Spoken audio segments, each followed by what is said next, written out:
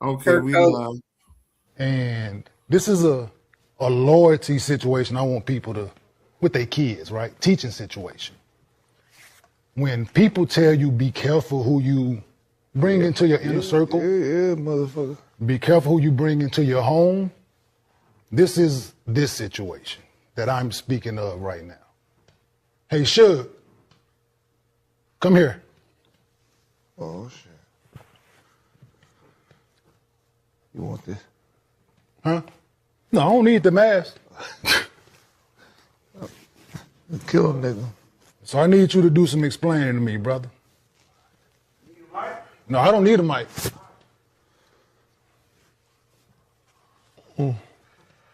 So,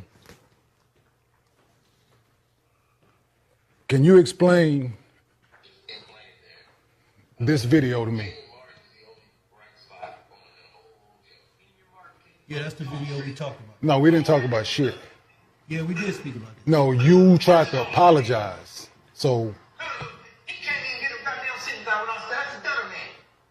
So the Dunner man can run the show. so there's it in here. Let me replay it for her. Just explain there. Kenyon Martin is the only bright spot on the whole show. Kenyon Martin can't fucking talk straight. All that nigga does. That's just all it would be. He can't even get a goddamn sitting down with us. That's the Dunner man. So the Dunner man can run the show. So when I brought you into my home, this how you felt? No, I apologize. Huh? No, but so this how you felt when I brought you into my home and I had you around my wife and kids? No, that's not how I felt. So what did you go out your way when someone is showing me love in the moment? You go out your way to disrespect me. I don't think I was being disrespectful. I was. Huh? Disrespectful. When that's something that I've stated time and time again on this couch. Sensitive subject, huh? Sensitive subject for me, right? I drew a line in the sand a long time ago with this. There's no apology ever that, as an adult, that I will accept for this. I came in here one day over at Gil's house and you walked up to me and tried to apologize out the blue. I blew you off because I didn't know what you were talking about. That's the situation. Yes or no? Yes. So Why would therefore, you talk about this when I apologize? because I didn't know what you was talking about, it didn't matter. I sent you the video. No, you did not. I didn't see the video. Someone else sent it to me.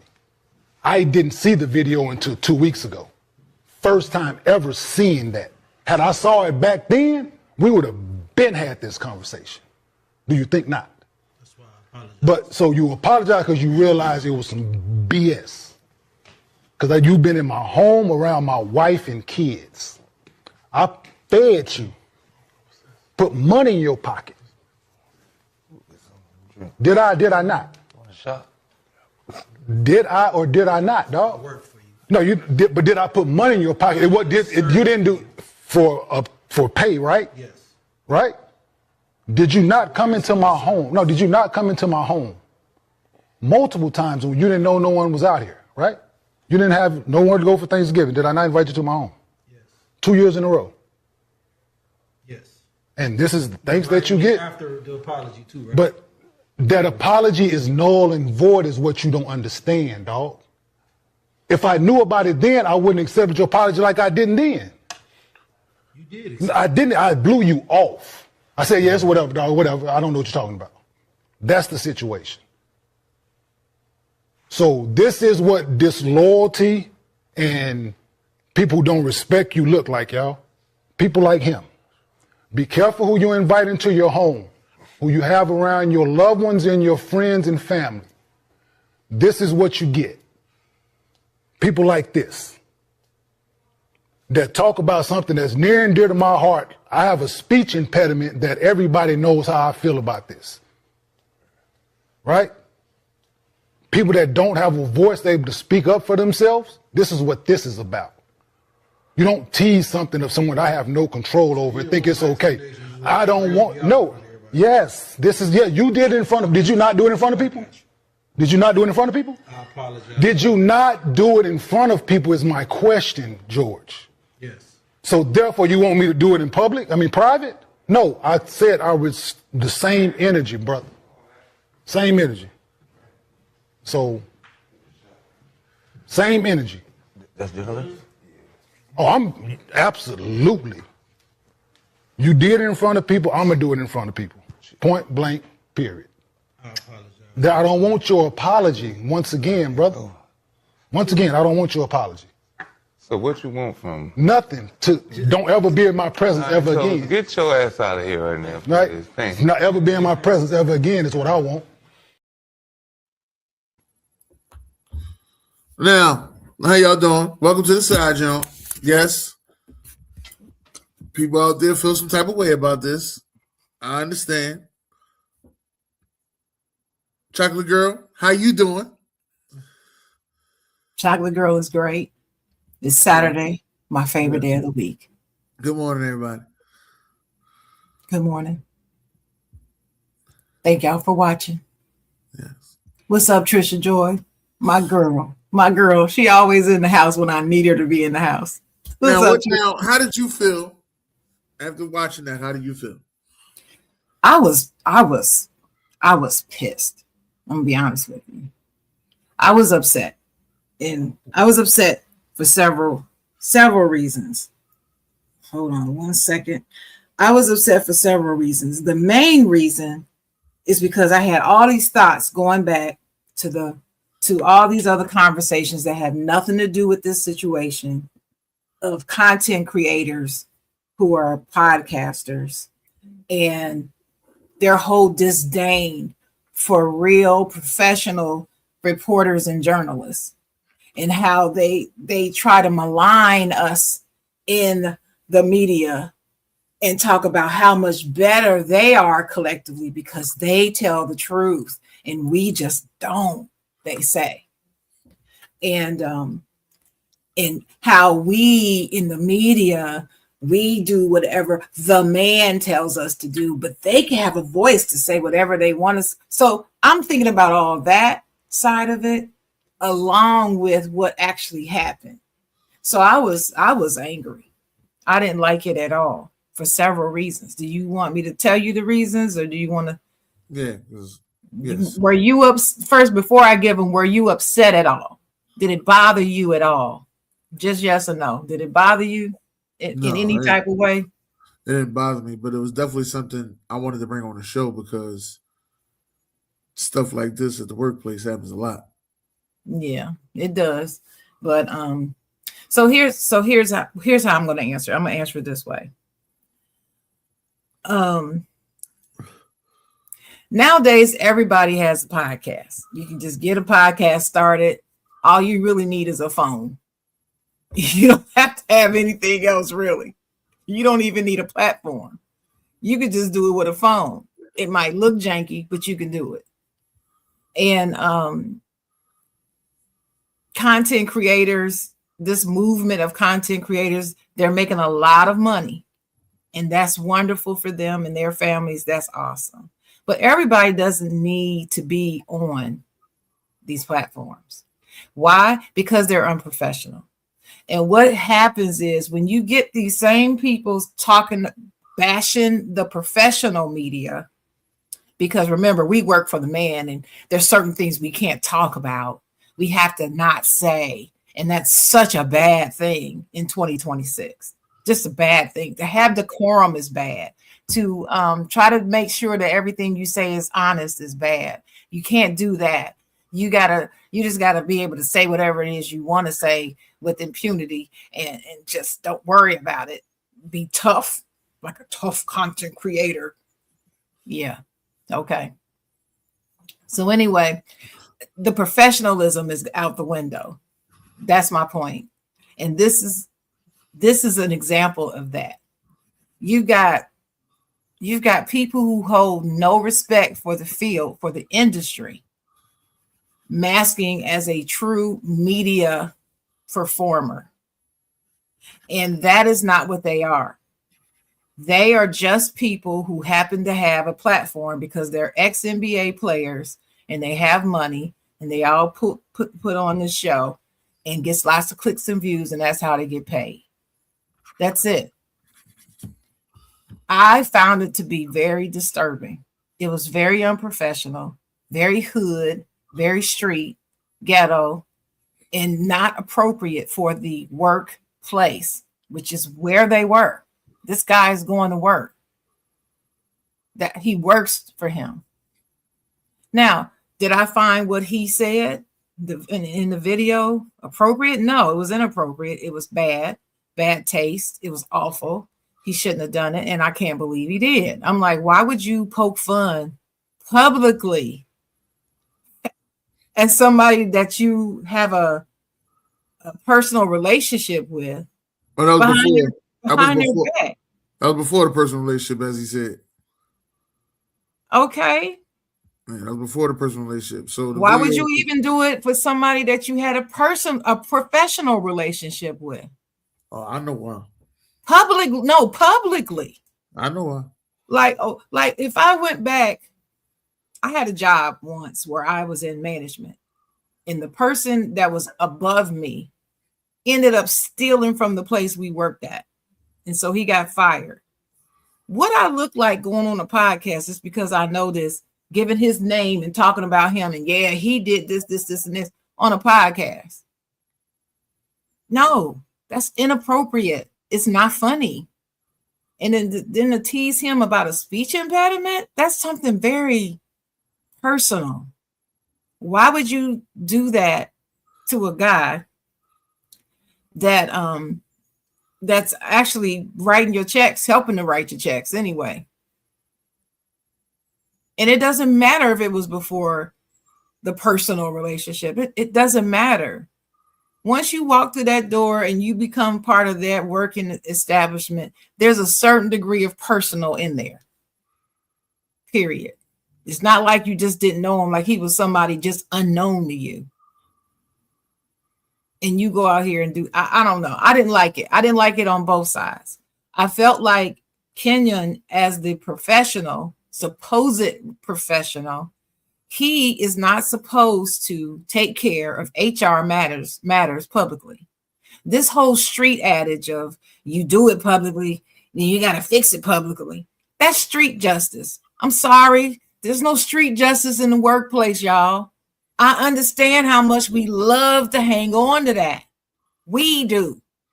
But we can't do that. That's not how a professional handles. Now, should it be? Well, that's a whole nother discussion for another day. But it's not. And until it is, it's not right. It's not right. And if you heard high ass Nick was like, man, just go and get the hell about it. He was just done. But if you looked at the faces of them, they felt very uncomfortable. His co-hosts, they were uncomfortable. But Kenyon always thinks that what he does is tough. He always got to look tough in front of somebody. That's an insecurity. He needs to deal with that. He needs to, yeah, Jeff, street justice. That's what it is. That's that whole street mentality. If you do it publicly, you solve it publicly. You do it in private, you solve it in private. And no, it doesn't have to do that. We as in the culture, as in Black culture, how can I say that? Because most of the time when I see this on social media, it's written by somebody who looks like me and Dennis. When I see this, oh, well, you did it publicly, you should do it. I have yet to see somebody else. This is an HR situation. Thank you, Tricia. It's HR, human resources, y'all, in case y'all don't know what HR means. And human resource law, employment law, is very clear. I don't know what man. What man don't I know that I need to know? We're talking about a situation. I don't know what he's talking about. Do you? I don't know what he's talking about. He's talking about Kenyon Martin. That's what he's talking about. But what I got to know him for? He's in the public eye. I know what he did. That's what we're talking about. I don't have to know him and to give my opinion. Yeah, thank God for Swaggy P, because he was just like, man, just go on and go. Because it was enough. It was enough is enough. enough is enough. So anyway, I did not like it. It doesn't make me think any better of Kenyon Martin. K Mart is how I like to call him. I don't call him K Mart because I never liked that name. But anyway, everybody, a lot of people, I won't say everybody because we're getting technical this morning, I can see, but a lot of people are on his side saying, yeah, I don't blame him. I don't blame him. I don't blame him. Well, that's because they're used to him being a content creator. That's the difference. That leads to a whole larger conversation as to why those of us in the media, journalism, whatever you want to call it, arena, that's the exception that we tend to have with content creators who try to pretend like they're a part of the same genre, and they're not. No, they're not. So I guess he don't want me to have a good day. He said, Dennis, have a good day. So I guess he don't want me to have one, but that's okay. I like to know that when I have that type of effect on people. But anyway, I don't like it. He did not have to do that publicly. That's something that should have been handled behind closed doors, period. That's how I feel about it. Go ahead, Dennis. Well, it went past the work relationship. Okay, let me put it to you like this. Let me just straight up like this. So the guy, Suge, I guess that's his name or maybe his nickname or whatever. Suge made the video. And in the video, it sounded like Suge was jealous that Kenyon Martin was on the show. And this boy stuttering got a piece of speech, but stutter man, you know what I mean? Which is a form of bullying.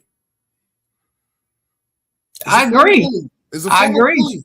And, you know, Kenyon Martin's not on social media as much like that, so he never seen the video. Somebody had to send this to him. But in due time, he got to know, Kenyon Martin thought that he got to know Suge. So it went past the professional relationship. Now it's personal. Hey, man, you ain't got nowhere to go Thanksgiving? Come on to my house. 2 years in a row, come to my house. Now you in my house with my kids, and it's the type of disrespect that you gave me. I can see where Kenyon Martin's coming from because this is past a work relationship. And the disrespect that you put out there, this is past what it's supposed to be. And I don't like it. True. Now, Kenyon Martin is a guy who is going to face some stuff head on. Like, as we all know, he was trying to fight Mark Cuban. We all know he was trying to fight Mark Cuban after he said what he said about his, I don't know if he said it about him or his mom. One or the other. But Dennis, I'm the queen to head on. Yeah. You know me. But I believe in it. Now, I know on a professional level, you shouldn't do it in public. You should keep it quiet. Sometimes you gotta let a motherfucker know. That's how I point out. You just gotta let a motherfucker know. That's how I feel about it. Sometimes you gotta let a motherfucker know. And I know everybody like, well, he embarrassed him. It was good. What about the other side? He is sensitive about his speech impediment, which is one of the reasons why you didn't see Kenyon Martin doing a lot of interviews, because he knew that he stuttered like that. So as he's working through it and getting more comfortable with it, one of the people that he let around him that's not NBA related was Suge. And you the main guy that said the stutter thing about me? Come on, dog. Come on, dog. I agree. Look, I agree. You should have. I blame Suge on this 100%. Oh, I do too. Your actions should have not left your house. No. I understand you got a problem. You probably had a problem with Kenyon Martin in the beginning. That's cool. That's something that stay in your house. That's how it's supposed to be. So it's to be professional on both levels. But if you don't like the way that you did what you did, then at the same time, you're going to have to take what happened to you. That's how I feel about it. Now everybody's saying this shouldn't have been public. He shouldn't have did that. I done been around a lot of workplace BS.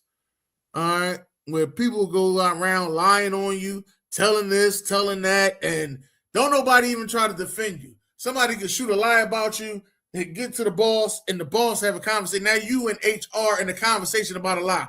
I was in HR in a conversation about a lie about sexual harassment. I'm on video nowhere near this girl. I'm on video nowhere near this girl. You can see me on video. We on two diagonal ends of the joint. If it wasn't for my I'm the supervisor. So if it wasn't for the guys that I was supervising that just said, no, that ain't right, I'm gonna let them know what really happened. They ain't have to do that. They didn't have to like me and do nothing like that. My head could have been off the chopping board. How did that make you feel when you were falsely accused? I left. And there were people believing it without even talking to you. I didn't even have a conversation. I left immediately. That's what I'm saying. How did that make you feel? It made me feel real bad. I left immediately. And see, that's what I'm talking about with this Me Too movement. That's exactly what I'm talking about. And people don't want to hear what I got to say, but it's you that believe women. I don't know why they think women are the only one that's harassed. Men are too. And it's wrong when anybody does it. Male, female, believe reporter, believe the reporter. No, you can't always believe the reporter. People lie. There are evil people out there. But anyway, no, we'll send you the link, Trisha. You can come on the show. But this is my thing, Dennis. I think people are conflating two issues. It's not about should he have been upset. Yes, he should have been upset about it. I agree. But how he handled it was wrong. It was unprofessional and out of line. Sometimes, yes, you do have to expose a bully, but you don't do it in that way in your professional arena. That's not how you do it. So, did you send her the link? Send her a link. Yeah, I don't think that's a professional arena. I don't see it like that. I believe that's his job. Yeah, that's professional. When I say professional, he's going there to go to work. He gets paid to come there. He works on their production team in some way. Oh, you talking about and he gets a paycheck for it. Kenyon gets paid to come there to give his commentary. That's a workplace, right? That's work. That's just like going to work at CBS or ABC or anywhere else. You're just doing it in a studio that's not owned by ESPN. That's the only difference. So I'm sorry. I feel like the fake tough guy thing is not appropriate for the workplace. That's how I feel. And you need to keep it out of that. Now, you asked me the question. Oh, and then I didn't even ask you the question. That's the question I wanted to ask you, because you, who I know for sure, was inspiring to be a lawyer. So does Suge have a lawsuit to file? He could. I'm not saying that he would necessarily win, but they both could actually file, because you're right. I didn't think about using that term, but Suge bullied him. That is a bullying. That can be defined as bullying. Mm-hmm. For him to say that on a video and stutter man and tease him, that's teasing. That can be interpreted as bullying. And then the other, Kenyon is in a place of authority with whatever that situation is. I don't know the ins and outs of who owns and who signs the checks. Is it a conglomerate? I don't know any of that. I don't have to. I'm just saying, I just do not know. But if it's a situation where he is in a place of authority over Suge may be able to at least file it. Not saying that he could win. I'm just saying he could at least file it. And your goal, I always told my son this, your goal is to go through life with little to no exposure to law enforcement or the justice system. You don't want to have anything to do with it in any way. You don't want to leave the door open for anything to be misconstrued that it has to go to the court or law enforcement. Mm-hmm. That's supposed to be the goal. So I don't care how mad you are. That whole eye for eye and you do it publicly, say it publicly. No. Like I said, that's good hood justice, street justice, but street justice doesn't belong in the workplace. And it's just as plain and simple as that. That's it. It's just black and white with me. There's no gray area on that. Okay. Now, I agree with you that sometimes you do have to let a bully know. You got to let an MFer know when you messed up, but you don't have to do it on live broadcast. And then you're recording it and you release it uncut. Mm-hmm. See, that's a decision. They chose to release that. Right. They didn't have to. They could have cut that out, could have edited it out, but they didn't. And then he went around commenting on it, proud of it. Sorry. I don't think much of it. When I first seen it, I was looking, I was like, what boy did Kenyon Martin? So I said, let me go back, let me rewatch this. Maybe I missed something. So then I go back, I rewatch it again, and he like, I had you in my home, I'd put money in your pocket. I didn't, you know what I mean? Like, it seemed like he was getting more than a work relationship with Suge. And for Suge to do something like that to him, that man was hurt. That man's feelings was hurt. Feelings was hurt. And he, yeah, as you may say, he went about it wrong, but his feelings was hurt. Mm-hmm. He was hurt. Hurt. And I agree. And I see, I would have been hurt. I would have been hurt. And see, you're talking to somebody who was bullied. I was bullied as a child. I don't know if you ever were, but I was. I was an overweight kid. I was bullied a lot. I was overweight too, and I was bullied. But I knew how to come back. My comeback was very strong. Yes. Well, I developed that. I did. It was a development. Yes, it and was. I had to develop it at an early age, like 4th or 5th grade. I can't remember. But yeah, I had to develop a comeback gene. That's what I call it. And I learned how to do it because that wasn't me naturally. But I had to develop it for survival. And so I did. So I know what it's like to be bullied. And I know how infuriating it is and how you want to lash out immediately. You don't want to sit and think about it. You just want to get them back. You just want to do whatever. No, but you're as a professional, you can't do that. You can't. I was in an office once, Dennis. We only had 1, 2, 3, 4, 5 people in the office, in the whole office. Okay. The office was very small, 5 people. It had a big room where 4 of us sat. The manager had his own office. There was a bathroom in the back and like a storage copy room. That's all that was in this whole office. And I had to sit out here, me, the only black person, 4 other white people who ostracized me every day. They didn't want to talk to me. They didn't want to. When I first got there, everything was great. But then over time, it was all of a sudden them against me for no reason. I hadn't done anything. I was doing my job. I was doing everything. You know how I know? Because my performance reviews were 100. I got exceeds on everything. So what was the problem? What else could it be? But I had to deal with that. You think I didn't want to come up in there with a shotgun, looking like Angela Davis, with my hand up, with my fist up? You think I didn't want to be like Keisha on New Jack City? You think I didn't want to come in there and do that one day? Rockabye, baby. Rockabye. But I couldn't do that. No. I'm a professional. I'm a licensed insurance professional. I cannot do stuff like that. And then you sit there and think about it. You got to think about your future. Now you did that because you didn't like the way you felt at the job.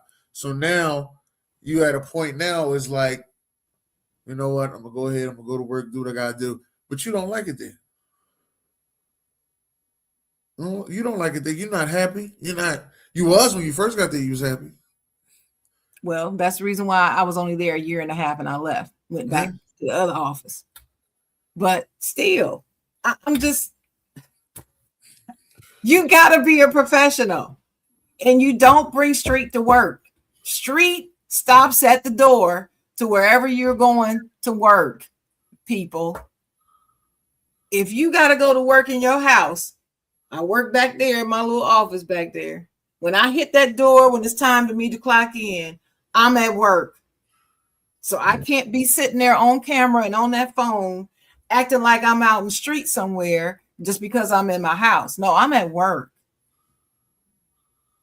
And as a licensed professional, I represent my workplace wherever I go. Even when I'm off work, I can't do certain things. It's just the way it is, whether I like it or not. Or I could lose my license.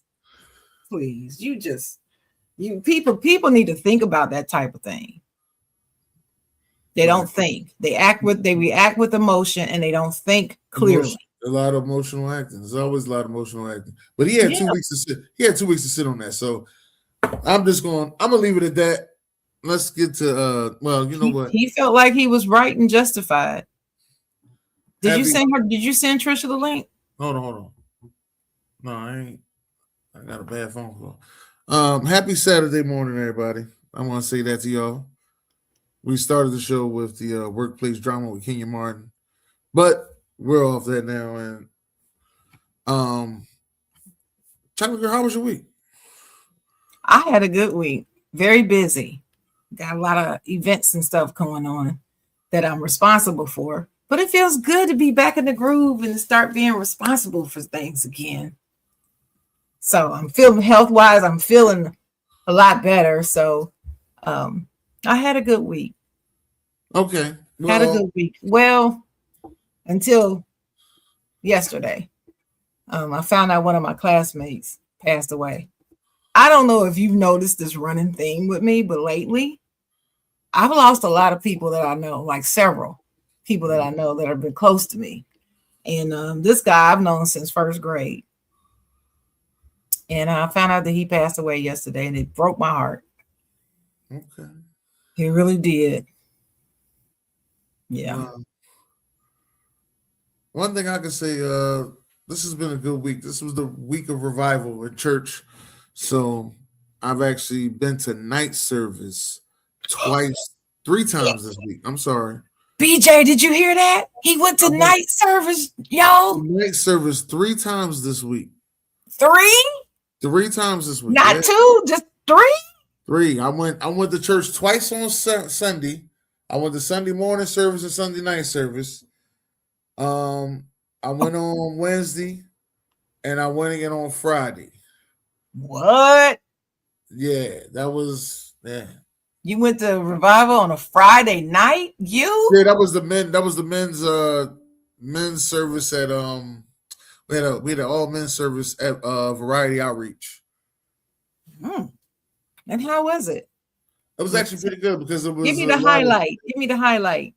There was a lot of guest speakers that was there that night. So a couple of them was my homies. So that was actually really good that they got up there. And now those guys are deacons, prophets. So they were up there, giving they had a 7-minute preacher session, I would say. 7, it was only allowed 7 minutes, but everybody went over 7 minutes. You know how it goes. Mm-hmm. So that was actually pretty good. It's nice what I always like is it's nice to see somebody develop into becoming a preacher and telling the word. Like you can see where they started and what scriptures they use and how they related that to their lives and how they related back to you and how it's supposed to, help transform your life. So they tell their journey. Hopefully it can help your journey. Right. That's what I do like. Mm-hmm. But what don't you like? I don't have too many don't likes. Okay. Yeah, I don't have too many. Asking. I think only don't like I have in church. What happened to people cooking in church? Did that went out the window? What do you mean cooking? It ain't like a kitchen in the church. Did that go out the window? No, some churches just don't have kitchens. I've always belonged to a church that has a kitchen. So I can't relate to not having the ability to have food, but we didn't have food every Sunday. If we did, we would have stuff like, punch and cookies or something, but not like elaborate food sitting out. That was a special event. Okay. I ain't mad at that. I think that and Trisha Joy's here. Who you got today? What's her name? I'll share it after because they don't know what we're talking about. But go ahead. Hi, Trisha, friend of the show, Trisha. Hello. Founder and creator of 2MW Sports 360 podcast and show and page and life. How about that? Yes, yes. Thank you. It seemed like it's hard to get Trisha Joy. I'm gonna have to put this out there. It seems like it's hard to get Trisha Joy on the show unless we're talking about some drama in the NBA. That does not relate to OKC winning the championship. I ain't seen her do a show yet. Let me just get that out the way. Listen, I'm gonna be an OKC fan. I'm saying it on the show. I ain't seen the show yet.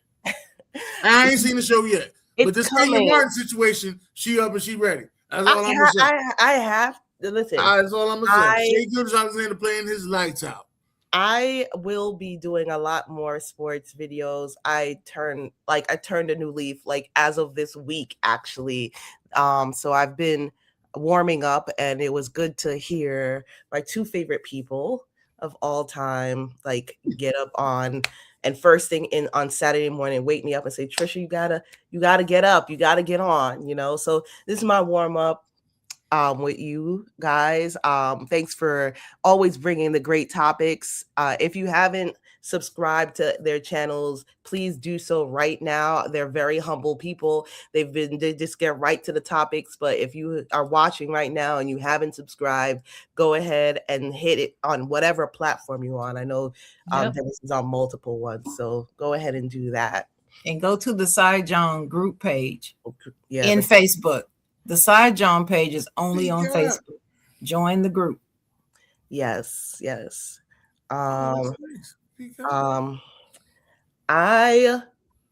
Apparently you are here to talk about this Kenyon Martin situation briefly, but like I'm glad we segued into like church because I feel like a lot of where I'm coming from does align with that. But first and foremost, I want to say that I do not dismiss Kenyon Martin's feelings. And that's where a lot of the passion that Dennis is and you, Sharon, are coming from. You talk about bullying. No one should dismiss anybody's feelings, and bullying or any disabilities or things that you have that you're trying to get through and over are important. And so even though I am on Sharon's side with this conversation, I want to say that it's important to acknowledge people's feelings. That being said, I feel like Sharon hit on something about how we deal with things in the workplace versus outside. And Kenyon Martin, his brand is bringing that inside. Whether it was on the court, he was kind of the same way. And he has this brand of him that's more like, yo, I just get things done. This is street and I handle things. And I have to respect that as well. But that whole thing was not only not to say the guy was right in any way for making fun of him, but it made everybody uncomfortable. Like if you saw everybody's faces, they wouldn't even look. And at that point, he made the show about him. And I don't even know if that was a true segment of the show. I don't know if anybody expected that, but everybody looked like they were like, oh my God, what is happening? And so that part was the cringy part of it. Let's hope that was unplanned, because it is a professional show employee. He's getting paid. That means it's a workplace thing. That means there are policies that should be in place. That means it's an HR thing. And yeah, this guy, he messed up, and he was talking about Kenyon Martin. I don't know if it was with his friends or whatever, and it was recorded or he recorded it, but not to the magnitude and the volume that this Gil's Arena of viewership gets. So 10,000 maybe at a time. I've seen a lot of, depending on the topic, a lot of thousands of people are watching this and know about this guy who could have been like, he's a nobody in comparison to Kenyon Martin. And yeah, a lot of things can happen with it. Hopefully the guy takes the higher road. Like Kenyon should have taken it and just deal with it and squashed it and not take it to when you started talking about like legal things. Because yeah. Well, I'm the only one that said the legal stuff. Okay, well, I'm not a lawyer, so I can't say, but well, I had to ask Mullen Esquire over there. It is. I am not an attorney. Let's get that out of the way. Let's make that clear. In California, you're qualified. I'm not posing as one. I just gave my opinion that they might be able to file. I'm not gonna. That's just filing. Anybody can file anything. Doesn't mean you're gonna win, but you can file. Yeah, we'll talk offline. But there are things, right? I just to bring it back to the event though, like there's specific things that were said. I feel like in the video that you streamed, he said, "But I apologized about it." Right, and he said he threw it off. Yeah, he said, "Yeah, but I blew it off. But now that I have a video, I'm bringing it back." And it's like, but he actually apologized. Now, when people apologize, you don't have to accept it. I just want to be clear. Like, I'm not saying just because somebody says I'm sorry doesn't mean like it's water under the bridge. But like, he addressed it closer to when it happened. Sometimes when you blow it off and you start inviting them to dinners, he might not think, all right, well, you know what? He just said whatever, we're friends are friends, 2 years of Thanksgivings, whatever. But then, 2 years of Thanksgivings, he's not a friend where you kind of like, come on, dog, I just got the video. Like, really? 2 years of friendship, that you couldn't even say, dog, look, I finally saw the video. This is what you said about me? He don't be on social media like that. Somebody send it to him. Yes. So somebody sends you a video. You're not on social media, but you have his phone number because he's been to your house 2 years. Oh, okay. I see where you go. Right. It shouldn't have been so disrespectful on the shows. Right. Right. Y'all got it. Okay, now let's back this up, Trisha. Let's be real with ourselves. Gil's Arena is built on disrespect. Sure, I know it is, and that's why I want to know, like Sharon said, is this a content play? Yes. Because if it is, then we're the fools. It is. He's fooling with us. I don't think he's fooling with us. I think you're taking it too personal. I think it's to a point that if you notice something about Gil's Arena, almost once a month, he got a side beef with somebody. Yeah. Well, I mean, I have my thing with Gil. I do watch the show. I won't like say I watch it every day to know the patterns, but I do watch at least 5 to 7 episodes a month, right? And just last month, Rashad McCann was just over there getting into it with his old teammates.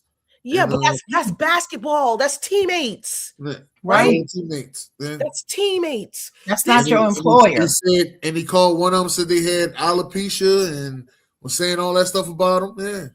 Yeah, and both of those podcasts was going back and forth with each other. This is what Gil's Arena does. Sure, I get it, but that's at least it was with basketball. Like my teammate said something to me. This guy, I wouldn't know him ever in life. Nope.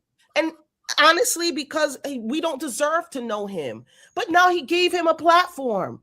He literally thought he was doing like embarrassment doesn't exist in this world when it comes to content streaming, because now people are gonna either follow him, hopefully not the bad way. That's another thing you got to watch out for, or follow him, or try to see what he's up to, or see if the beef is maintained. And it's like, you could have just called him. You could have called him and still embarrassed him, because the network of people that you're all in, they would have all seen the video. You could have passed it to the group chat. He passed it to the group chat. Yeah. He said somebody, just think about it. He said somebody sent it to him 2 weeks ago. So right. I know he went past it with Gil, and Gil probably said, you should handle it on the show. Yeah, and see, Gil is not. But that doesn't make it right. That's the whole thing. It doesn't make it right. You're explaining the dynamic of what probably happened, and you're probably right, but it doesn't make it right. There's no excuse for it. I never say it was 100% right, but I understand where you're coming from. That's what I'm It's going to cool say. that you understand. I but it ain't right. He's coming from a place of hurt, but even when you're hurt, it doesn't mean the rules go out the window. That's it. And so, I hope Gil did not know, being his employer. I hope Gil did not know. That's all. I hope it was a surprise. It looked like a surprise to the panel. I hope Gil didn't know either. Because that's not how workplaces operate. And so you open yourself up to a lot of different things. The one thing I want to bring up so I don't like throw your show off, because I know you had moved on to like what happened a week in church. I linked this thing to could be engagement farming stunt. Yeah. 2 years, yeah. It's an engagement. And, it wasn't 2 years later, but I understand he held on to that video somebody sent him for 2 weeks, so I know he ran it past Gil, and I know Gil said, "Yeah, they'll do it on the show." Yeah, but I mean, maybe Gil didn't know the full story too, because again, the guy apologized for it, and it's like, okay, even after my apology for something I acknowledged that I did, you invited me to your house, so maybe you're not going to hold me to that.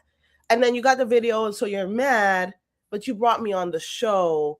I mean, they do it with Judge Judy all the time. If he agreed to it, I don't know. There's a whole lot of things we don't know, but like there's gaps here that could not be good for either Kenyon or Gil, depending on what happens next. But I hope that person even goes higher than what they did with the show and says, no, I am not doing anything. Listen, I apologize. He said, I don't care that you apologized. I don't want the apology. Thank God for Swaggy P. So if you don't want an apology and you don't want anything, what are we doing? What are we doing? Good embarrassment. And then he said, well, I don't want him to ever be in my presence again. I'm like, so now you telling people that you want him fired in front of the whole world. No, see, that's not Dennis. How else is he gonna Dennis? No, stop, Dennis. What is he gonna do? Dennis. Give him the I day didn't say off? that he said that. I said what he said. He said, I don't want you to ever be in front of my presence again. Right. What do you think that means? If he works there, Kenyon ain't quitting. So what do you think that means? Chocolate girl, those words have been said in workplaces a lot, and those people just don't be in each other's presence. I'm trying to figure this out. Okay. No. Okay. That's fine. That's fine. That is because Dennis know what I'm talking about. You see that, Dennis, because they don't have legal means to let that person go.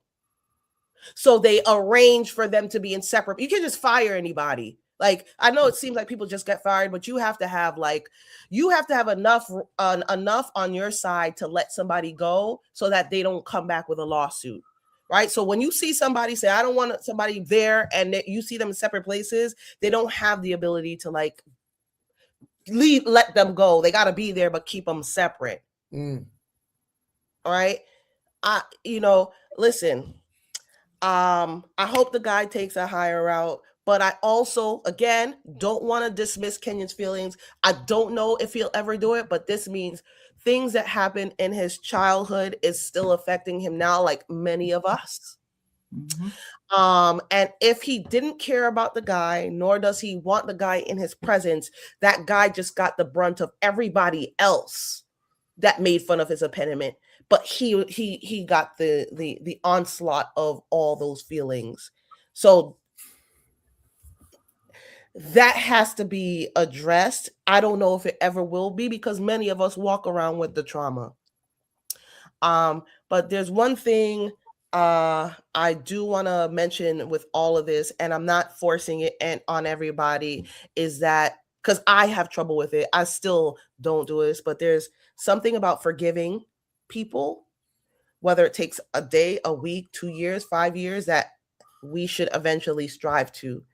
I'm not good at it. I'm not even a person that I would say, look at me. No, if you asked me a month ago about forgiveness, I would probably laugh in your face because I don't forgive. I don't forgive. I don't forget. And back then, I did not understand forgiveness. But you cannot. Do you forgive people that's like not in your life every day? Like, you know, certain basketball players I'm gonna mention, but I'm gonna let you go ahead and think about it. Or do you forgive them? I'm still working on that one. Yo, that's crazy. Hey, yo, still working on that one. Yo, that's crazy. Yeah. How is that crazy? She said she's working on it. I mean, which one have you forgiven? Which basketball player have you forgiven? Now that's a good question. Now we're gonna be here all night for that. Yeah. Listen, you making the people think I hate the league. There's specific people. If everybody wants to, I wish Josh Bailey was here. He had a whole list. But there's two people specifically I know for sure. That's Klay Thompson and Kevin Durant. Okay, so I don't hate Klay Thompson. Kevin Durant, maybe. I don't. Maybe. Yeah, okay. Yeah. She ain't gonna get over that. Absolutely. OKC gotta win. OKC gotta win 5 championships in a row. Absolutely. Like, it'd be like Jesus gotta come himself and sit down and be like, listen, let me help I want to talk on his behalf. Kevin Durant, nah, it'll take me some time, but I don't hold the same visceral hate that I had for him. Klay Thompson, I just did not. It's not that I didn't like Klay Thompson. I just felt like the way that fandom worked with Klay Thompson, they put a level of basically back in the day, as you're familiar with, they would say that he could run a team if he could. They would say things like that, like he would be a person that you could build around. And I'm like, are y'all not seeing what I'm seeing? Like, he get wide open shots because everybody's running around after Steph Curry and the rest of them. Like, you know, I'm not saying that we could do his job because we certainly can, but like, you don't see that happening. Byproduct, my bad, right? And so I'm just a person that likes to give credit where it's due and make sure it's not given where it's not due. He's just a Steve Kerr to me. Okay, last person I'm gonna say Jimmy Buckets. Oh, I'm still trying to figure out how she don't like him at all. It's almost like he done spit in her food. But I don't think that he's done anything egregious to her, like in terms of basketball, to her, like Kevin did to her. Yeah, I just don't think. Kevin Durant, I think it's more a case of the people big upping him too much. That's my guess. That's my guess. I could be wrong, Trisha. So the thing about Jimmy Butler, there's many things. I won't discuss them all, but the one thing I want to talk about is similar to what the situation with Klay Thompson, where fans put a crown on someone's head without fully assessing whether or not they deserve the crown. Jimmy Butler is a very is a very passionate basketball player. He works very hard, and he has a huge contract, one that rivals like a Steph Curry level contract. And the only reason why I believe he got it was because people or eyes or support translate to dollars and revenue, jersey sales and things like that, not necessarily his skill set. He's very good at making it look like he's carrying the weight of the world. And we as people, we love to watch. This is an entertainment show, so we are entertained. We're like, oh, Jimmy works so hard, blah, blah, blah, blah, blah. That's how he really got his momentum, where a lot of us are old school basketball fans, 80s, 90s. So he brings that that whole. You remember when everybody loved Joe Kim Noah because he would dive after balls and be like, he's like that type. So we worked so hard. Yeah. Yeah, we relate to Jimmy because he represents the kind of basketball we fell in love with in our childhood. And so that is almost weaponized on us to support him and buy the jerseys and bring in revenue to the league. What I didn't like about Jimmy Butler, one specific thing, is the Tobias Harris thing. Because Jimmy knows he has eyes on him, he knows he has power, and he used cameras and things to devalue Tobias Harris with that infamous Tobias Harris over me, pretending it was like a yelling to himself, but knowing cameras are going to be catching this thing. And that became a theme that moved along with his career and Tobias's career and ended up devaluing him because we value Jimmy more. And I'm not to say that Tobias Harris was this phenomenal player, but reputation means everything over anybody in any level of life, whether it's basketball or business. And he single-handedly lowered Tobias Harris' value by saying that to the camera and knowing that the rest of the people would run with it. That I didn't like, because they're not people as savvy as him to do that, including Tobias Harris. So I didn't like that. And I know I'm full out accusing. I could say allegedly, right? But like I did not like that and what happened after. And that's the basketball reason why I don't like Jimmy Butler. All right. Sounds good. I'm cool with that. Well, how was your week? Because we got to get to this last video and then we're gonna get up out of here. Okay, my week was good. I'm on spring break. So you're in school? Yes. So I didn't know that. This is a Ignorant Thinkers podcast exclusive. I lead a double triple life, Dennis, and I don't tell people what I'm doing every day because I don't know, it's a personal thing. Maybe I need therapy on it, but I just don't like people knowing what I'm really doing. I kind of throw them off by doing comedy reels and stuff like that. But I do a lot of comedy reels not to make people laugh, but to be comfortable with being out there in the world. But I am I'm in acting conservatory. For you guys that don't know, acting conservatory is like a master's in acting, but it's really hardcore process. I'm in a very big school, I would say a top 3 school. I got a scholarship. And this is my first year. Okay.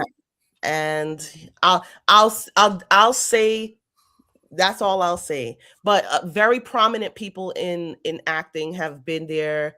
Al Pacino went to that school. Marlon Brando went to the school, and Del Toro. A lot of people. Yeah. So I'm doing that because I feel like in the next half of my life, I'll probably be doing more camera stuff. So that's good. But through then I will maintain Kevin Durant. No, absolutely not. Jimmy Butler, no. Though, but those two. Well, at least you gave Clay some love. All right. Yeah. We working on it. Just want to let y'all know. Hey, Trisha. Yeah. Hey, Trisha, did you know Marlon Brando is one of my all-time favorite actors? Oh, well. I love Marlon Brando. I'll tell you more, but it's nothing what people think. It's not just acting isn't easy, and that thing that I told you about forgiveness It's actually something that one of my professors told me. I was performing Shakespeare, and he pulled me aside and said that I have to work on forgiveness, and that I would be one of the best in the industry if I forgive people. And I couldn't like understand what he was saying, but he's like, you can't be now and present in life if you think about the past, if your mind is still in the past. And yeah, so.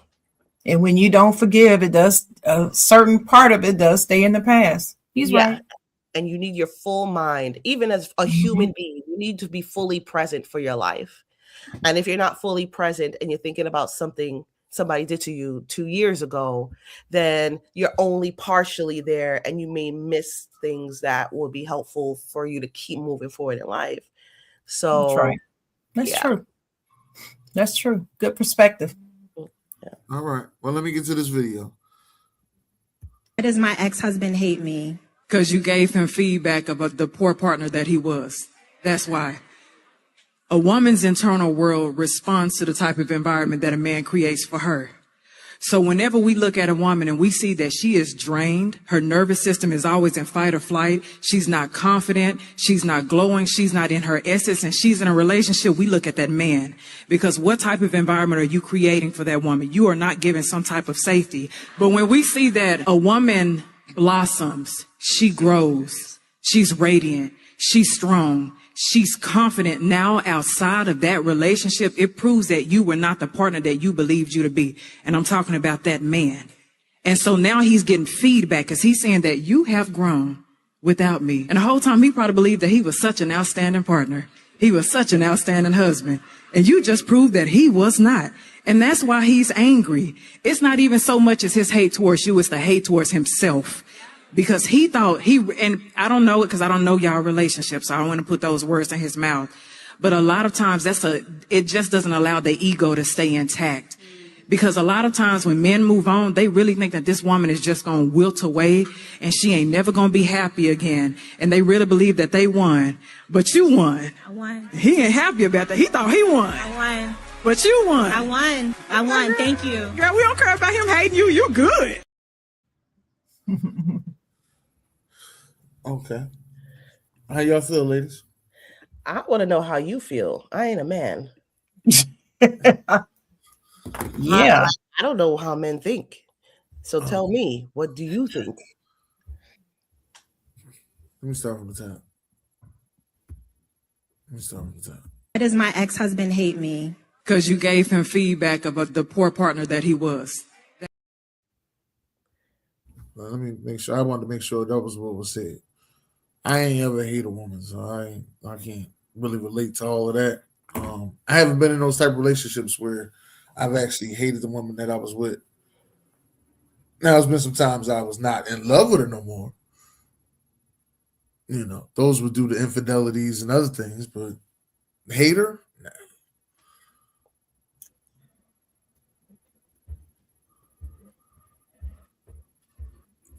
I think Trisha froze. No, I'm listening. I'm about to say, listen, I'm waiting for your answer. Right, I'm waiting for the next part. I thought you were breaking down the whole. No. That was. I just wanted to make sure I heard it from the beginning, because when I first heard it, I'm sitting there and I'm like, listen to the whole story. This ain't none of this me. So yeah, that's all I'm saying. I don't know. I don't like to give blanket descriptions of why men do certain things. And I never felt as though you was hated in a relationship, though. Hated. Not hated, but like a competitive thing. I don't know if that's the same thing. I know what you mean, though. Like, if you went out and you were doing good at your job, he felt as though he had to do better at his job, or right. Yeah. Like right. If you went and got you a new Mercedes because you got a bonus at your job, now Phil, he got to go get him a Mercedes. I know what you mean. That competition to kill everything. Yeah. So I can't say that I was hated, and I don't know if men translate that as a type of hatred. but I know it doesn't feel good to just like to be in that situation, because now you feel like you can't share good news, because it's gonna be met with, all right, now I gotta do something so I could share good news and not just sit in the good news. Like, yeah, I'm so happy for you. So when you find that, you're like, oh wow, this exists. But when you're in it, it's like, I'm not gonna say I got a raise, or I'm not gonna say I met this new producer, because you're afraid that that person is gonna be like, now I gotta find a new job. I gotta, and you don't want to have that. But what about you, Chocolate? Okay. I think you and Dennis are getting too hung up on the word hate. I don't think she literally meant the man like dog down hates her. Okay. I mean, I believe this. I believe she's speaking figuratively, as in, why is he being mean to her or whatever, being hateful or something like that, but not necessarily hate. Why is it he doesn't like? Why is it that they're not getting along anymore? Even though they're exes, they could get along. You know, why is he not being cordial? Why is he being so unfriendly? That type of thing. I don't believe she literally means hate as in hate in your heart, which is why I was like, Dennis, answer the question, because you getting hung up on hate like you never hated anybody. That's not the point of the question. The question is, what do you think about what Kitty said back? How do you feel? Do men do that? People do that. I know women that do the same thing, just like he did. So I mean, and I think the only reason why Kitty said men is because we were talking about a man versus woman situation. Okay. I don't think she was trying to blanketly say all men. That's why she backtracked and said, I don't know your relationship. That's why she said a lot of the time, this is the reason why XYZ. I agree with her, and I've seen it with my own eyes, and I do agree with her. That's what she's talking about, is if I can't have her, can't nobody have her. It leads to that. That's what that situation right there, that thought process is what tends to lead some men to commit domestic violence towards their exes. That's the reason why when a woman first leaves is a very dangerous time for the woman. Usually it's the woman that's in danger. And that's why domestic violence volunteers, workers, advocates, they tend to pay more attention to the potential victim during the time when she first leaves or says, I'm going to divorce you. I want a divorce. I'm going to go see it. That's the reason why they look at that, because of that thought process. That thought process tends to go down that road and lead to that.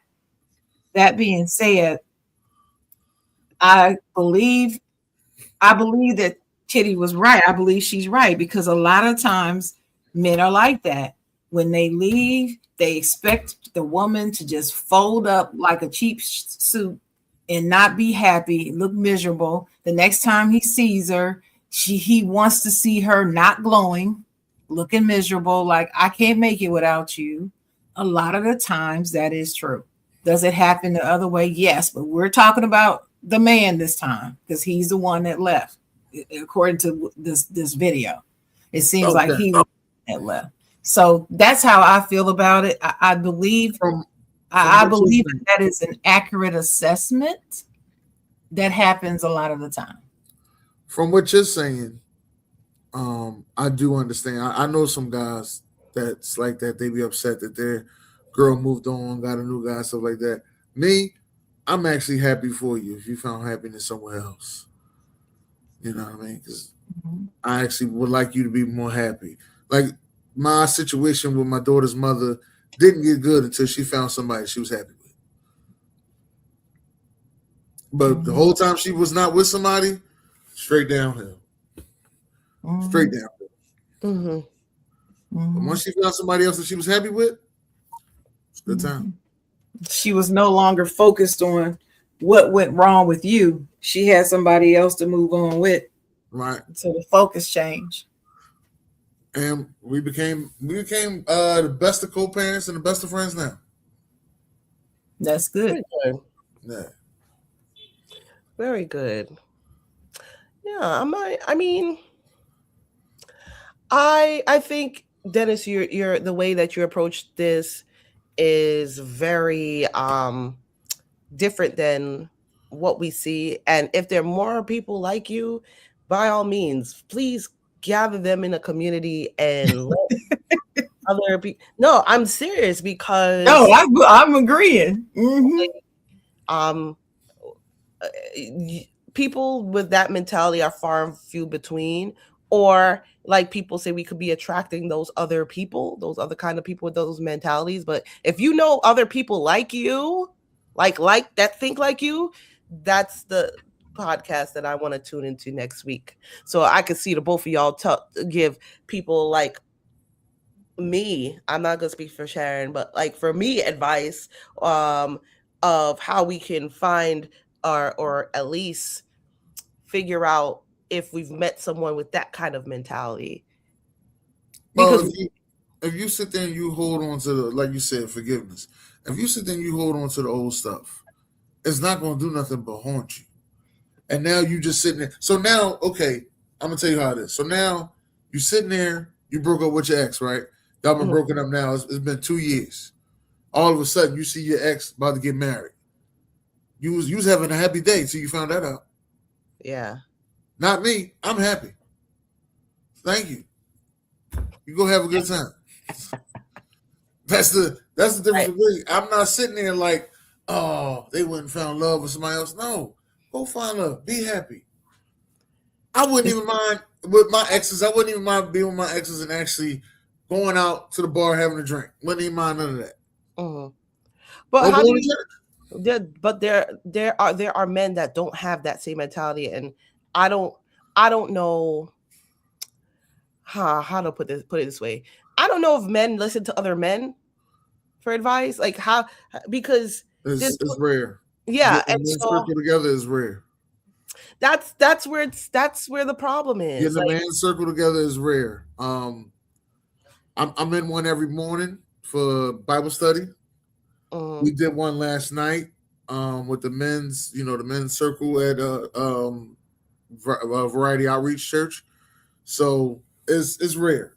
It's rare to get them together to talk about problems. Because the crazy thing about it is we all going through the same problems. Yeah. Whether you rich or poor, you going through the same type of problem. That was the one thing that threw me off. I was like, you a millionaire going through the same going through these $3 problems I'm going through? Yes. Right. Going through these things. You mean to tell me just because the more money you get, you ain't going through better problems? No. Yeah, same thing. No. And they have the same insecurities that we do too. That's what was surprising to me. I'm thinking money solves a whole lot. Like it solves a whole lot. There's a lot of problems that it could solve for me right now, but it doesn't solve everything. And I get it, but there are a lot of people with the same rich people, wealthy people with the same insecurities, the same thought processes, the same problems that we have. Yeah. And that's my one wish. And I don't know how you said, you yourself said it's rare, but like it's rare. And we on a Bible study call every morning. There's at least 32 of us on the call every morning. So it's from 5:30 a.m. to 6:30 a.m. We're on a call every morning. And like I said, it's rare. But I want to say you got to put it together. You got to believe. You got to be in Christ. I don't want to say just all through Christ, because I could talk to guys who are not Christ-like. They may be Muslim, Buddha, whatever religion they believe in. I'm not here to judge you, but we all going through some similar problems. Yeah. And to talk it out, and is very therapeutic when you find out, oh, that's how you solve that problem. Maybe I should try that.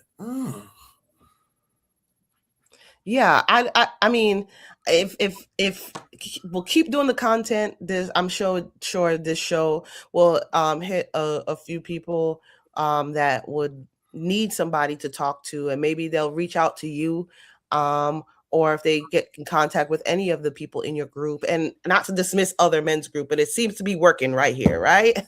So I'm gonna go to the working one right here with Dennis. But hopefully they see your content and reach out to you, and you can talk to them, and something grows underground if it doesn't exist above ground as much. But men need other men to lean on. Women need other women. People need fresh perspective to come together calmly. No one's perfect. No one's a perfect match. Everybody's their own person, but we all have stuff to work on. I just noticed that with men, they don't seem to have people to, like, they have their homeboys, but I don't know if they're leading them in the right direction. Right. Is the leadership working out right? No, not all the time. Right. I ain't had the best leadership when I was younger as well, so I can't really sit there and tell you, it's working out right now. Right. But through time, and then you'll see those certain situations, and you'll learn that all of it is a work in progress. Yeah, is what I have learned. It's all a work in progress. But I mean, even when I was doing the Zoom calls during the pandemic, I got to know certain people that, you'll ask them about, hey, what happened with you and your ex? You get to, you're on the Zoom every night. You start talking about other stuff. So in the beginning, they'll always be like, man, if I see her in the street, I wouldn't pee on her if her gums was on fire. And I was like, oh, that's a lot of hatred there. Right. I said, it was like, it was so, me and him had a similar situation with our exes that, our ex ended up leaving us. So he was like, you don't feel that bad? I was like, nah, I don't feel that bad. No, I don't either. I understand, everything ain't going to work out. I understand that. And I wish nothing but the best for them. Mm-hmm. Even though I feel like they wronged me, I'm not going to hate. I don't hate any of my exes, and I don't, I'm actually friends with most of them, and almost all of them on Facebook, but actually still communicate with most of them. That's where my flaw is. I don't communicate with people that I do. Like, and I used to think of it as a flex, but it's like I don't even remember their names. Like, there's some kind of mechanism in my mind that erases people. You need a little help. No. Don't say that, Dennis. Look at me. She all right. She all right. You need. But I'm not like. Why would I don't have any need to be friends with them? And I'm not saying I don't like them. I'm not saying you need to call them every week or every month. No. If they're your if they're your friends on social media and their birthday came up, would you say happy birthday? No. Why? All right. See, that's when it's too far. No, but you don't say happy birthday to everybody that's on your social media. And once it comes up, if it comes up, pretty much, timeline, I do. Pretty much. If it comes up on my timeline, I do.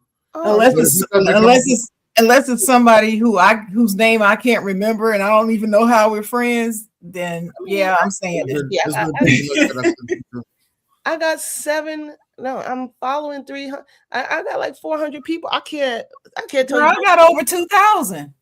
And you say happy birthday to everybody? Unless, like I said, unless I don't remember how I know them or something like that, then I don't.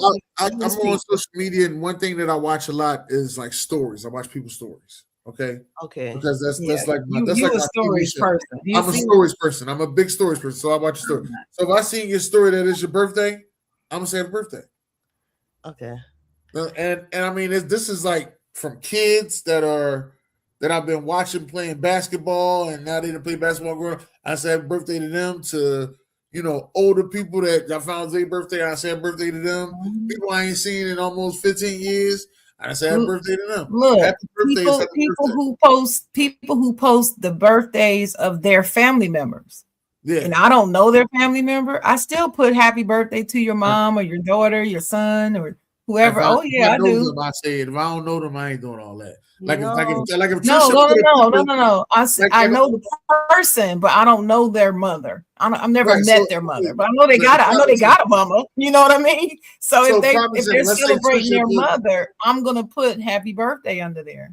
So Yeah. Trisha, let me give you a prime example. Trisha put a picture up of her next door neighbor saying, "Oh, it's my next door neighbor's birthday. We're going out. Happy birthday!" She got 3 pictures up on her story. 1, 2, 3, got music and everything on it. It's just gonna go right by. 1, 2, 3. I am not saying happy birthday to that person. Yeah, I mean, I wouldn't expect I you to said either. family member. I didn't say friend. I said family member. Okay. No, I don't say happy birthday to any of them. I don't call them. I don't say happy holidays, but because why? Why? I mean, why do you feel like you have Well, to? the reason why I don't feel like you have to, the reason why I do it, I can only speak for me, is because we're still friendly. See, if we weren't still friendly, then I wouldn't do it. But we're still friendly as in we're friends on Facebook. And every now and then, if something gets posted, I'll get a like from them. And sometimes I'll give them a like, but I'm not talking to them every day. I'm not doing any of that, but I don't dislike them. So, it's not a big deal with me. It's No, just, I'm not. just social. I'll tell you this, Dennis. I understand where your thought process with me, but I don't do it out of malice. I just feel like, okay, we're broken up. Like, let's say he stopped talking to me, and then like 6 months later, like he'll like or message or something. I have nothing to say.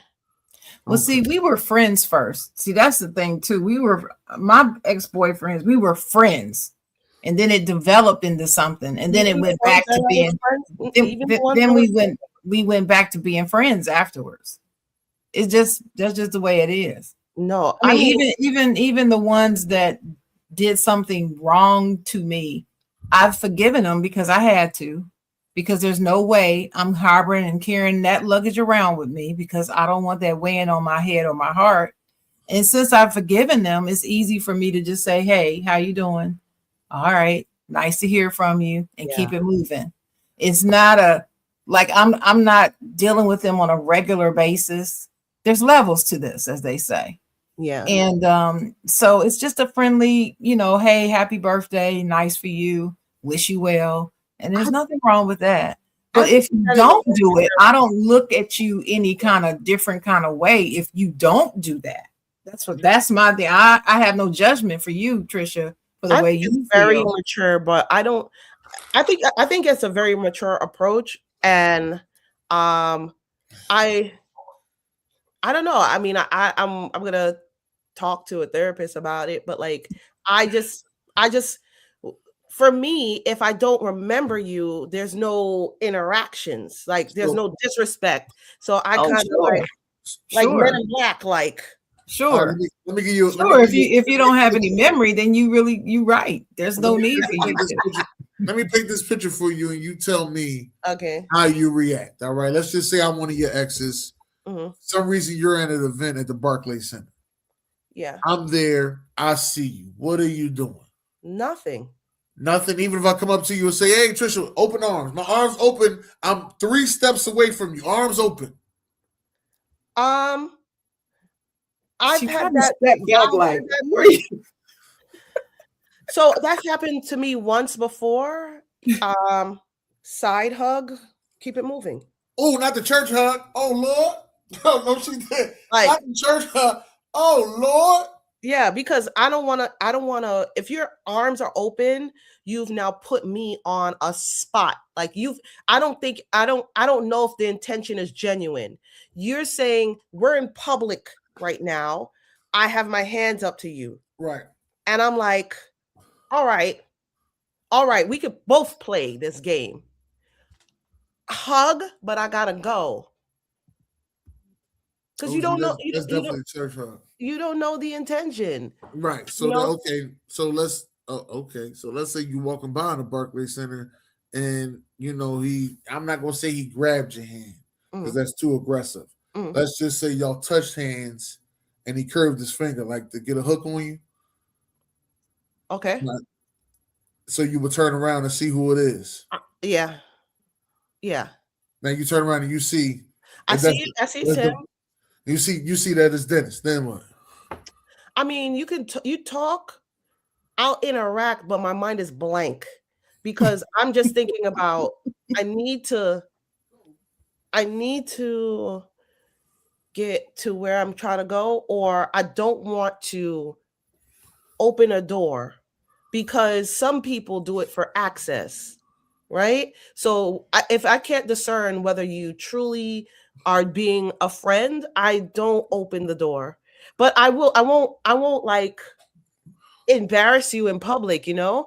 I'll look in your door. We will be looking eye to eye, but I'm not thinking about anything other than please escape or please leave or I gotta go.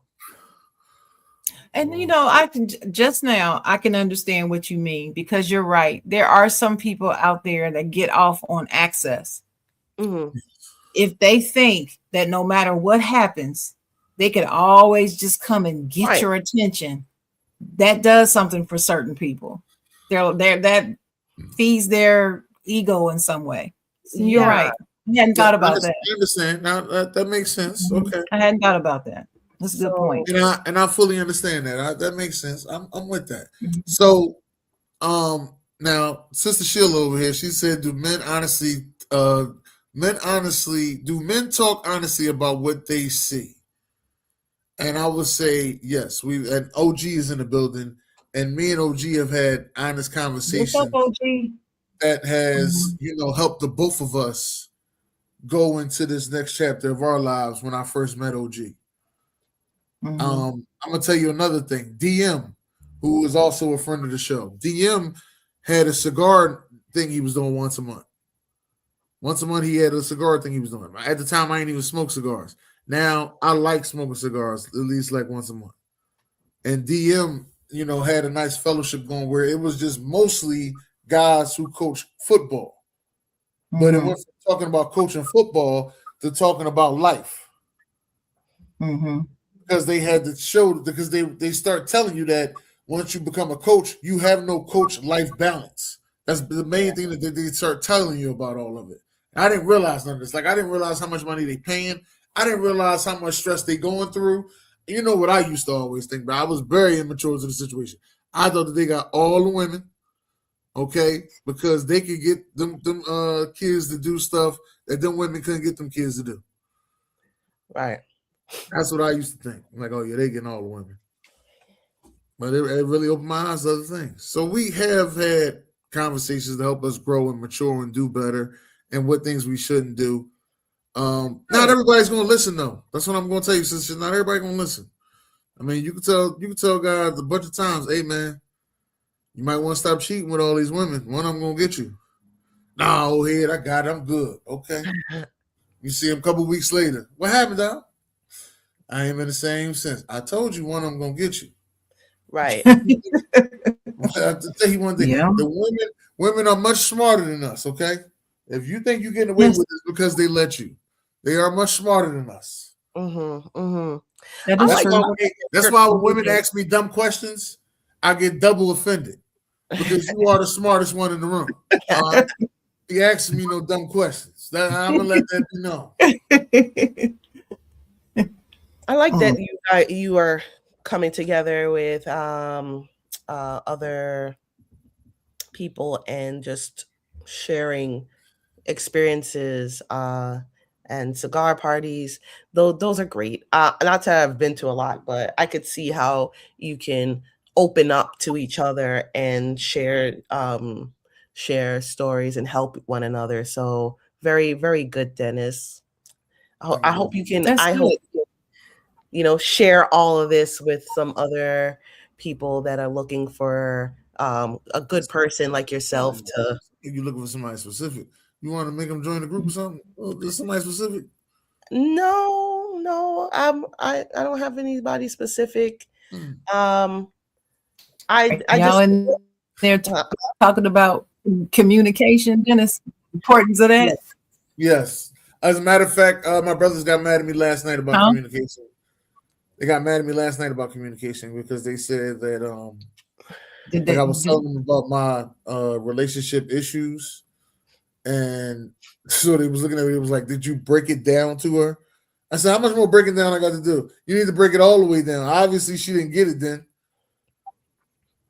Right. See right. what I've been telling you.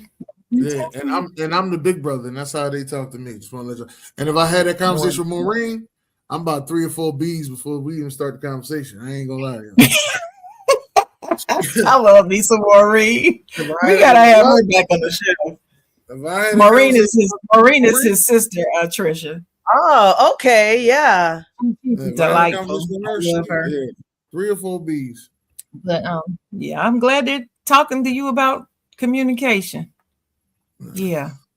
Well, yeah, a lot of men need to communicate, and it's hard. It's hard for them, and I don't know why, other than maybe they're not used to having conversations growing up, and that's where it comes from. But in the 10-30 minutes that I've been here, I felt like you can offer a lot to some other people looking for that kind of comfort or safety to express themselves if they don't have it with their homeboys or their circle, because in general it seems like these women on these podcasts seem like they I can't deal with him, I gotta take charge of my life, or blah blah blah.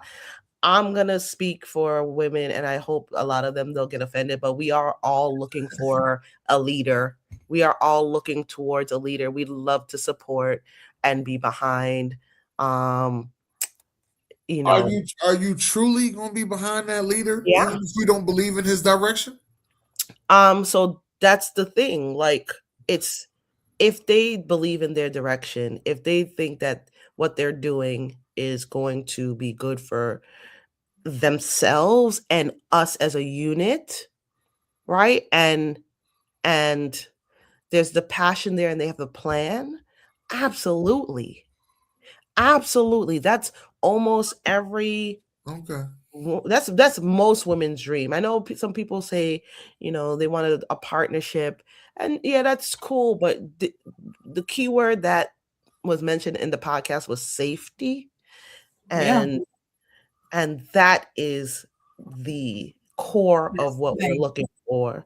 And yeah, so yeah, if we don't feel like they are gonna lead us to safety, and they don't have to be the smartest person. Like, you don't have to be a freaking multi-degree. You don't have to be making $1 million. But if you're sure, and you have you run a tight ship, and you know that, like, hey, if I back my girl, right, which is the competitive thing, if I back her, I know that we're gonna get things done as a team. Man, that's it. And that's rare. I've found it a couple of times where it's like, yo, you really do support me. Like, damn, okay, I'm gonna tell you more things about myself. I'm gonna tell you what's going on. That's when you start opening up and you become like that. He wrote it again. Don't play. Well, I don't know what he means by "don't play with my intelligence." I don't think anybody wants their intelligence to be played with, but that doesn't affect the need for communication, though. You got to communicate with your person, your partner, your friend. I think especially if the person means anything to you, you should want to communicate with them. Right, and I think the key word I got out of that from Trisha was make a plan. How your plan set out? Oh yeah. If you're just trying to wing it, women, we need safety. That is true. We need to feel safe. And if you out here saying that this is what you want to be, but you don't have a plan or a thought to plan and don't even want to plan, then no, we're not trying to be behind you if you're doing like that, because we're going to be feeling like we're just being led out the stray. And nowhere, like, be okay with the where you come up short and know how to try to close the gap. And this is what I mean. Like, you said, hey, I had shortcomings in my past, right? Accountability, number one, right? That's a green flag. But then you're like, listen, I can commune and talk to people that have different experiences and think through this, right? That means you're not giving up. You go into your resources and seeing where you can find any answers, but then you also show that you have discernment, because anybody could tell you anything, but you're like, all right, you know what? This was good advice. This makes sense, with a clear mind. That's key. So yeah, we're looking for that. It's a lot of people, they're upset and they are angry when you see these podcasts, because there's a frustration. It's like trying over and over again. But if individually we come balanced, man, there's be so many power couples out there. I don't know. It's hard out here for a pimp, but I'm well, you know what, Trisha Joy, you are our guest. Do you have any final words? Yeah, really take care of yourself, mentally, spiritually, and really be okay with how you feel. Also, don't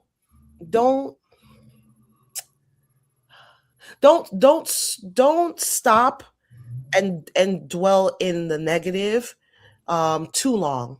Acknowledge how you feel if you're not feeling great, because a lot of this world is kind of crazy, but like, please keep your eyes forward about what you want to do and move forward to your goals, and keep moving forward. That's my final. Yeah. Okay. Chocolate Girl, you got anything? Yes. My first of all, thank you, Trisha, for coming in with us spontaneously. I like that. Spontaneous, just appear. I love that. Love it. But two things. One, remember as a professional that you have to be a professional at all times. You just got to be professional. Don't react emotionally when you're talking about the workplace. You have to practice self-control. Yeah. And to not have self-control, believe it or not, is a sin, y'all. It's in the Bible. People want to get all biblical, talk about certain activity is an abomination. Well, having lack of self-control is a sin. How about that? So if we want to take it there, we can go there. So practice self-control. You have a right to feel how you feel, and you can sit in that. You can acknowledge it, and we all can, but it still doesn't mean that you get a pass to be unprofessional and disrespectful. My mama taught me, mom and daddy taught me, 2 wrongs don't make a right. So there's just never, I believe strongly in that. That's one. And 2, communication is key. I always say that communication is key. And nobody read your mind, and nobody Miss Cleo out here. So if you love the person, if you value the other person, you will put aside your inability or desire to communicate and communicate anyway through it, because that's what they deserve. You have to do this for the other person, because they can't get inside your head. They can't open up your brain and scoop out what you got in there. You have to communicate what your needs are, what your expectations are, what your opinion is, what your view is, what your perspective is. They're not going to just get it. And common sense ain't common. So what you think is common sense, next person may not think is common sense. So that's my final thoughts. All right. Well, God bless y'all. Great day.